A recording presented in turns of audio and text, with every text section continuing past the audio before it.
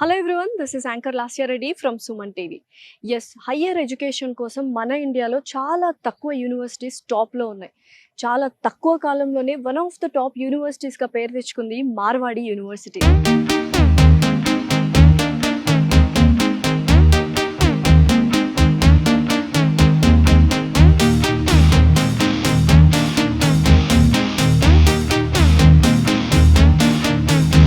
So ప్రస్తుతం నేను మార్వాడి యూనివర్సిటీలో ఉన్నాను.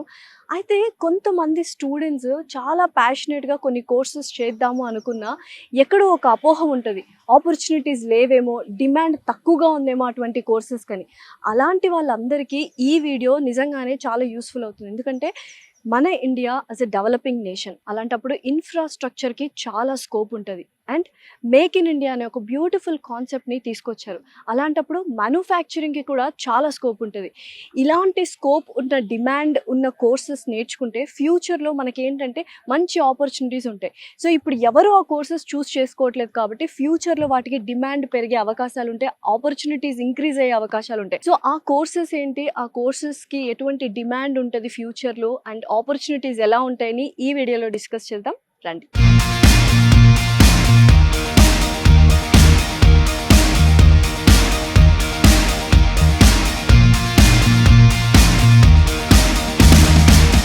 సో ఇందాక నేను చెప్పినట్టు అతి తక్కువ కాలంలోనే మార్వాడి యూనివర్సిటీ చాలా పేరు ప్రఖ్యాతలు సంపాదించింది. ఎందుకంటే పేరెంట్స్ మంచి యూనివర్సిటీ వెతకడం కాదు, స్టూడెంట్సే మంచి యూనివర్సిటీ వెతికి పేరెంట్స్కి చెప్పి మేము ఇదే యూనివర్సిటీలో జాయిన్ అవుతాము అని చెప్పి వాళ్ళని తీసుకొచ్చి మరి ఇక్కడ అడ్మిషన్స్ తీసుకుంటున్నారు. అసలు ఏంటి మార్వాడి యూనివర్సిటీలో ఉన్న స్పెషాలిటీ ఏంటి, అండ్ అలాగే నేను ఇందాక మాట్లాడినట్టు ఆ కోర్సెస్ ఏంటి, కనుమరుగవుతున్న కోర్సెస్ ఏంటి, నిజంగానే డిమాండ్ ఉన్నాయా, వీటన్నిటి గురించి చాలా క్లియర్గా మాట్లాడడానికి మనతో పాటు assistant vice president admissions wing Marwadi university నుంచి మహేందర్ నాయుడు గారు ఉన్నారు. నమస్కారం నాయుడు గారు, ఎలా ఉన్నారు? నిజంగానే మార్వాడి యూనివర్సిటీ గురించి చాలా విన్నాను.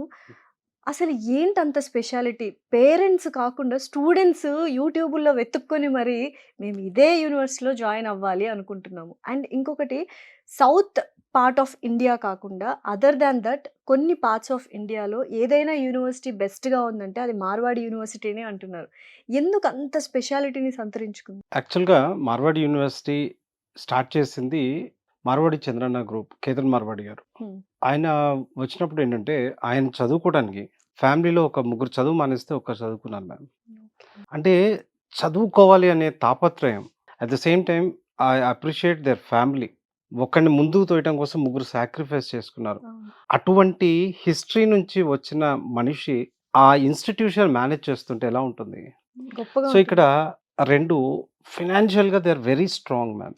వాళ్ళకి ఇన్‌స్టిట్యూషన్ నుంచి డబ్బులు తీసుకొని, దీన్ని తీసుకొని పోయి ఎక్కడ చేయాలని లేదు. సో ఈ ఇన్‌స్టిట్యూషన్ మనీ స్పెండ్ చేస్తారు. సో ఒక సోషల్ కాజ్ అండ్ సోషల్ సర్వీస్‌తో మొదలైన university Marwadi university. Exactly. So values కూడా అంతే అంటే ఎక్కువగా ఉంటాయి. ఇంటర్నేషనల్ ఎడ్యుకేషన్, ఒక ఇంటర్నేషనల్ క్యాంపస్ ఇండియాలో ఎస్టాబ్లిష్ చేయాలనే ఒక యాటిట్యూడ్‌తో స్టార్ట్ చేసిందది. సో ఆ కైండ్ ఆఫ్ థింగ్ ఉన్న దగ్గర ఈవెన్ వీళ్ళు హైర్ చేసుకునేటప్పుడు కూడా ఆ ఇన్‌స్టిట్యూషన్‌లో వచ్చే ఫ్యాకల్టీని కూడా ఆ కైండ్ ఆఫ్ యాటిట్యూడ్ ఉన్న ఫ్యాకల్టీని హైర్ చేస్తారు. సో ఎట్లా ఉంటుందంటే అక్కడ యూనో మొత్తం క్యాంపస్‌లో ఉన్న ఫ్యాకల్టీ వీళ్ళంతా కూడా ఆన్ గో, అంటే జస్ట్ ఒక వర్డ్ మీద అందరు రిలేటెడ్ ఆ కైండ్ ఆఫ్ యాటిట్యూడ్. అంటే ఒక ఇన్‌స్టిట్యూషన్ సక్సెస్ ఎప్పుడూ కూడా అక్కడ వర్క్ చేసే ఆ ఫ్యాకల్టీ లాంగ్ టర్మ్‌లో ఎవరైతే వర్క్ చేస్తారో, అంటే 1-2 రోజుల్లో ఒక టీమ్ సెట్ అవ్వదు.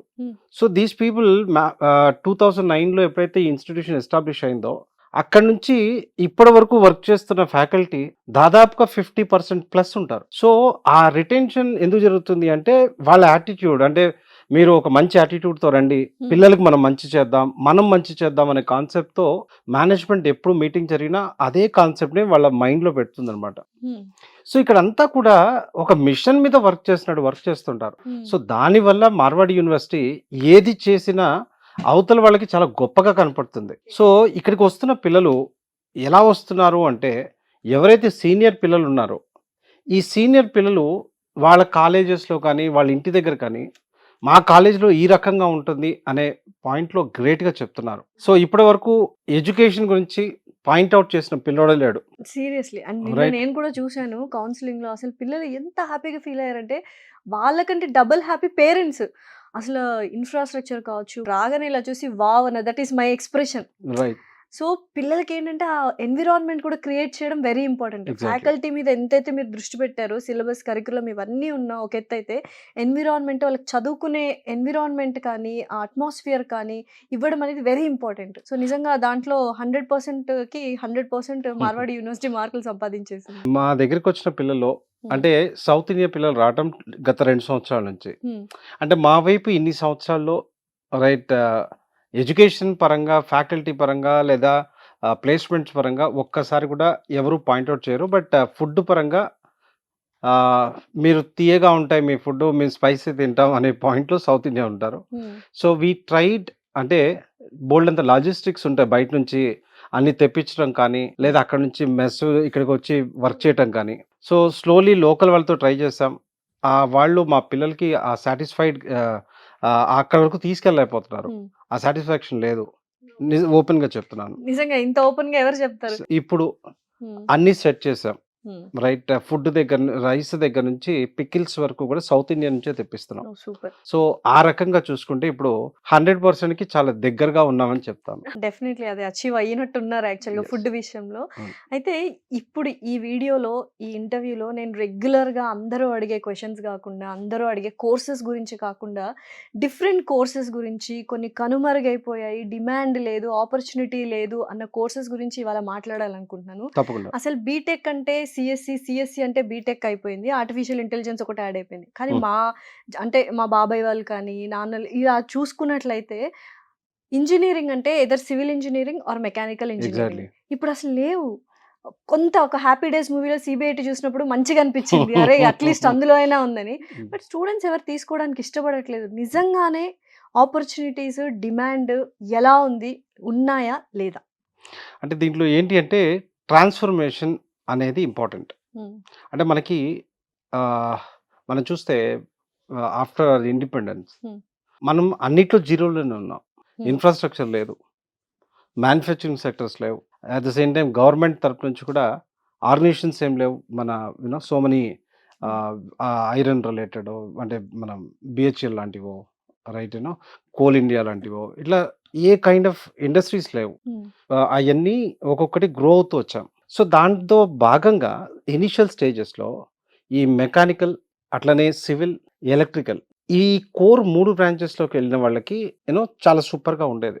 సో, ఇట్స్ ఆల్‌మోస్ట్ లైక్ ఒక 12 ఏళ్ల క్రితం వరకు కూడా. ఆ తర్వాత ఏమైందంటే ఈ ఐటీ ఎప్పుడైతే వచ్చిందో, ఈ ఐటీలో గుడ్ అండ్ బ్యాడ్ డెఫినెట్‌లీ ఉన్నాయి. సో, ఒకటి దేశాన్ని ముందుకు తీసుకెళ్ళింది. ఆ పరంగా good.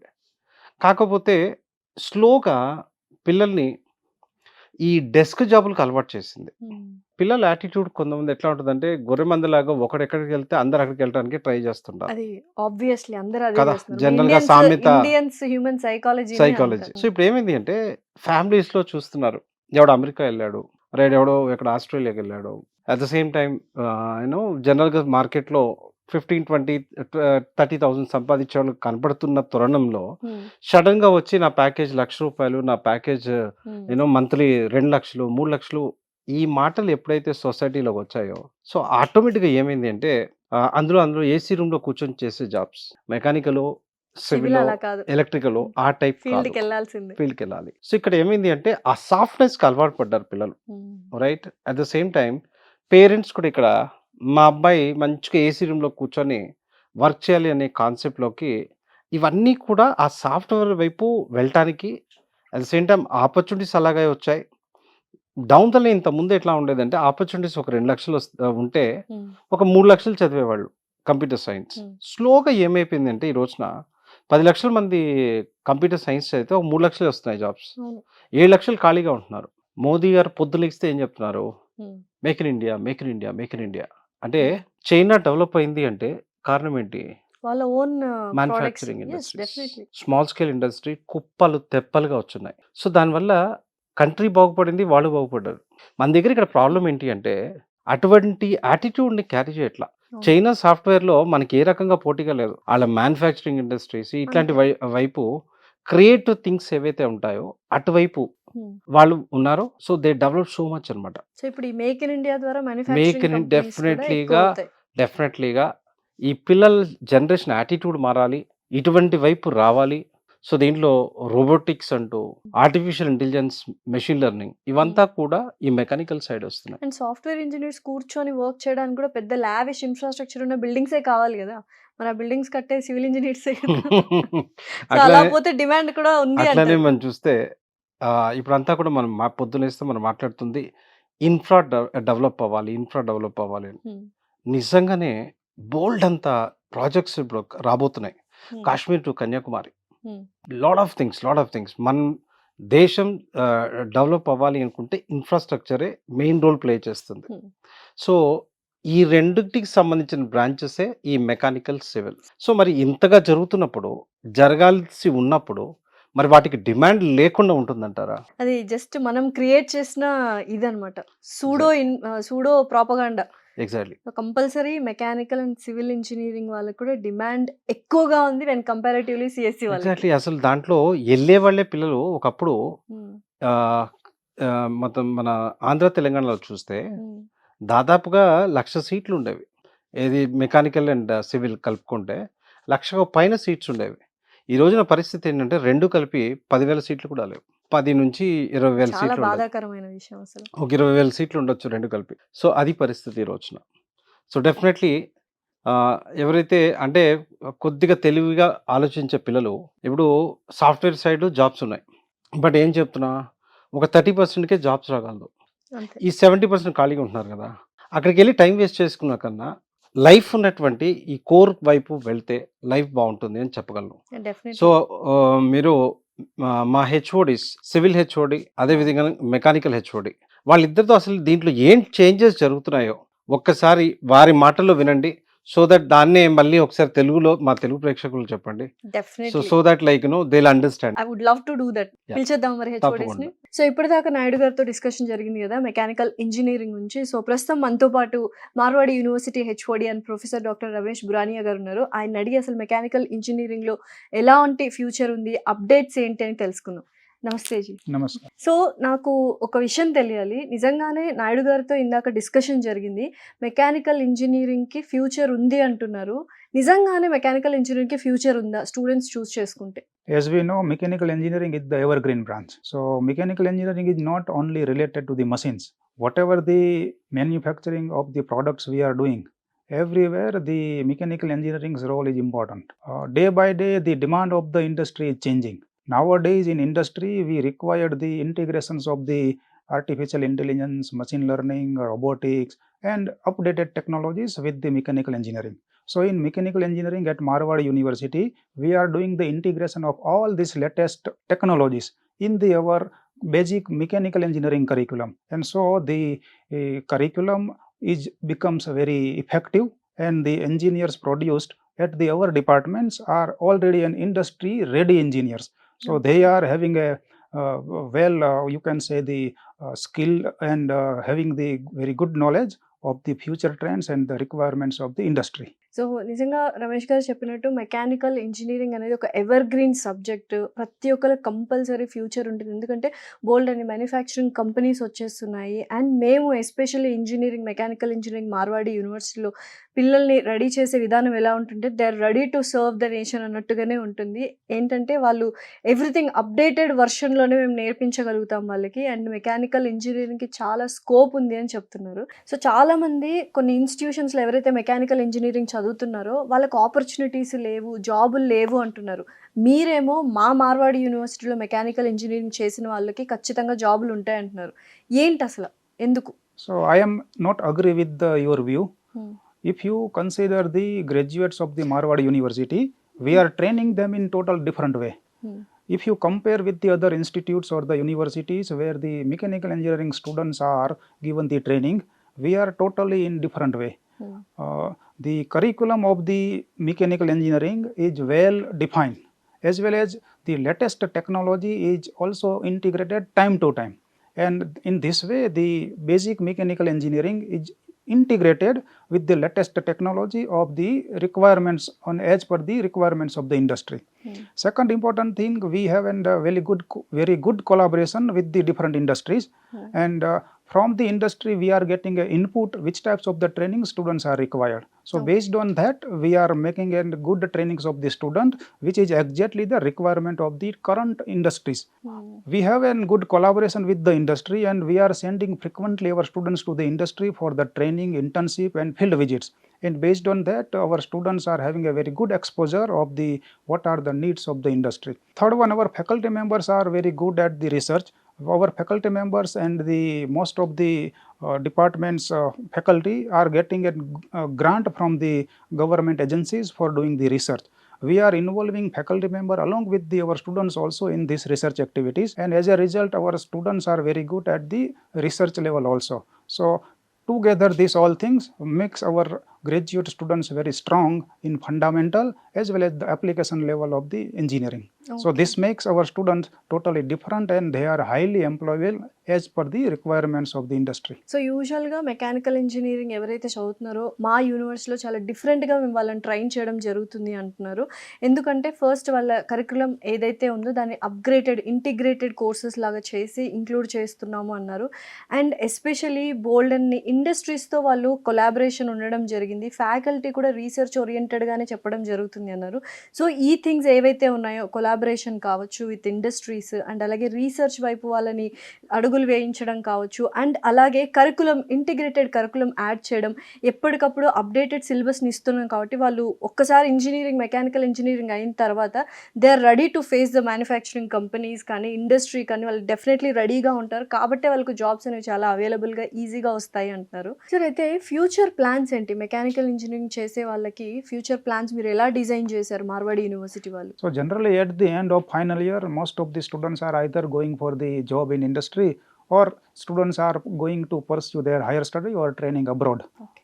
Those students who are interested to pursue their training or internship in the Europe or especially in Germany, we are planning to provide support to them so that they may find a good opportunity or a good training or internship in the institutes or industry within the Germany, and we are working on it. Thank you so much doctor Ramesh Brania గారు. Thanks a lot. Thank you. So ఇందాక mechanical HOD గారితో మాట్లాడిన తర్వాత confident అయితే వచ్చింది నిజంగానే mechanical engineering వాళ్ళకి opportunities ఉంటాయని. మరి సివిల్ ఇంజనీరింగ్ గురించి తెలుసుకుందాము. So doctor B Ankur garu ఉన్నారు, HOD and professor of civil engineering of Marwadi university. నమస్కారం. నమస్కారం. సార్ నిజంగా ఒక మంచి కాన్ఫిడెంట్ అయితే వచ్చింది మెకానికల్ ఇంజనీరింగ్లో నిజంగానే ఆపర్చునిటీస్ ఉన్నాయి, డిమాండ్ ఉంది అని. Then what about civil engineering? I would say it's not a fact that there are no jobs in the market for civil engineering. Rather, I would say daily there is a new opportunity emerging for the civil engineers.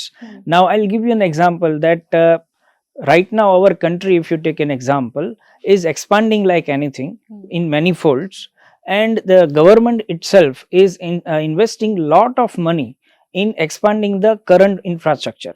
Now, who are the people going to take care of this expansion and future maintenance?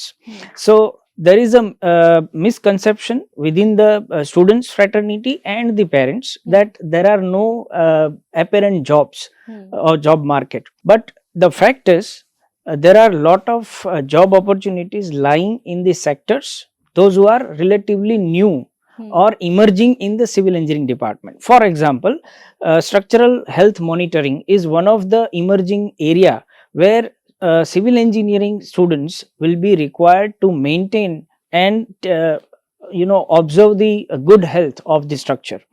Now, this cannot be done manually every time because our structures are very large and on a larger scale. So we need a smart monitoring system. And when the word comes smart in the picture, you should understand that civil engineers also need to learn about the AI as well as the IoT concepts. So this is why right now there is a little gap between demand and supply. Many of the institutions they are not upgrading their curriculum according to the industry demand. And that's why their students are facing challenges in the practice. They are unable to justify the job scenario or job positions. While in case of Marwadi University, if I tell you, we are updating our syllabus every year because of the industry demand. And we have the board of studies where the industry experts are already there in a member. So they give us the inputs and based on that we update our curriculum so that we keep our students industry ready anytime. So యూజువల్గా మీరు curriculum అయితే upgrade చేస్తున్నారు, update చేస్తున్నారు, but accreditation అనేది stamp mark అందరికీ తెలుసు. So దాని గురించి మార్వాడి యూనివర్సిటీ ఎంత కృషి చేస్తుంది, and what do you want to say about Marwadi university especially civil engineering wing గురించి? Yeah, that's a very good question, I would say, because accreditation is a kind of quality benchmark for any institution. Including Marwari University, there are several other institutes, those who have got some level of accreditation.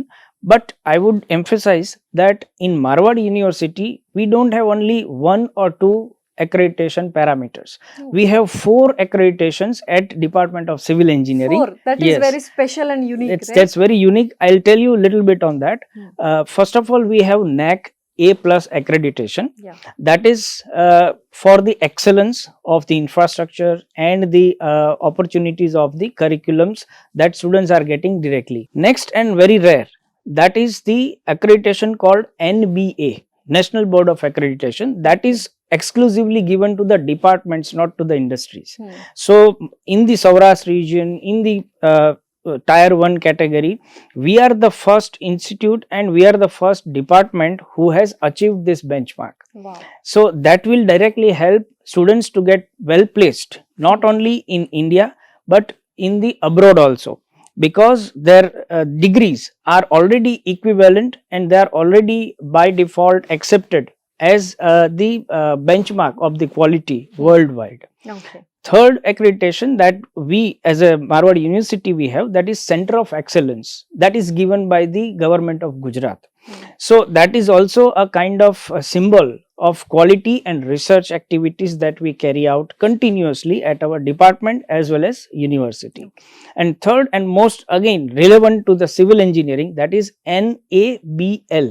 That accreditation is exclusive for civil engineering laboratories. Yeah. Where students learn, if your laboratories are NABL accredited, your students come to learn about the standardization and standard practices that is prevailing in the all over India. So if students are performing tests and experiments in the laboratories which are NABL accredited, that means they are already known to the standards and how to maintain the quality. Okay. So this 4 benchmarking, I would say, are more than sufficient to say to or to convince any of the companies or any of the institute that our students are highly qualified and highly experienced with the benchmarks of the qualities. So definitely ఖచ్చితంగా civil engineering చేయాలంటే మార్వాడి యూనివర్సిటీలో చేయాలని నాకైతే క్లియర్గా అర్థమైంది. Yes. So చూసారు కదండి, చాలా మంది సివిల్ ఇంజనీరింగ్ అండ్ మెకానికల్ ఇంజనీరింగ్కి ఆపర్చునిటీస్ లేవు, డిమాండ్ లేదు అంటున్నారు. బట్ మనది డెవలపింగ్ నేషన్ కాబట్టి, బోల్డ్ అంత ఇన్ఫ్రాస్ట్రక్చర్ డెవలప్ అవుతుంది కాబట్టి, బోల్డ్ అంత మంది సివిల్ ఇంజనీరింగ్లు మెకానికల్ ఇంజనీరింగ్లు ఖచ్చితంగా కావాలి. సో అలాంటప్పుడు డిమాండ్ తక్కువ అని ఎలా అంటారు? అయితే ఎటువంటి ఇన్స్టిట్యూషన్ చూస్ చేసుకోవాలి, ఎటువంటి యూనివర్సిటీ చూస్ చేసుకోవాలి అనేది వెరీ ఇంపార్టెంట్. అది only Marwadi university is the best for civil and mechanical. ఎందుకంటే 1 కాదు 2 కాదు 4 అక్రిడేషన్స్ ఉన్నాయి, ఇంటర్నేషనల్ యూనివర్సిటీతో కొలాబరేషన్స్ ఉన్నాయి, ఇక్కడున్న ఇండస్ట్రీస్తో కొలాబరేషన్ ఉంది, అండ్ వాళ్ళు డిఫరెంట్గా ఒక అప్గ్రేడెడ్ వర్షన్ ఆఫ్ సిలబస్ని కరికులంని ఎప్పటికప్పుడు అప్గ్రేడ్ చేస్తున్నారు, ఇంటిగ్రేటెడ్ కోర్సెస్ ఉన్నాయి, అండ్ క్యాంపస్ ప్లేస్మెంట్స్ ఉన్నాయి. ఇంకేం చూస్తున్నారు? ప్యాషనేట్గా civil engineering and mechanical engineering నేర్చుకోవాలి, చదువుకోవాలి, and you want to be a very good civil engineer and mechanical engineering with a very good package and very good future ahead అంటే మార్వాడి యూనివర్సిటీని choose చేసుకోండి. Let's have a bright future. Thank you so much. Thank you. Thank you.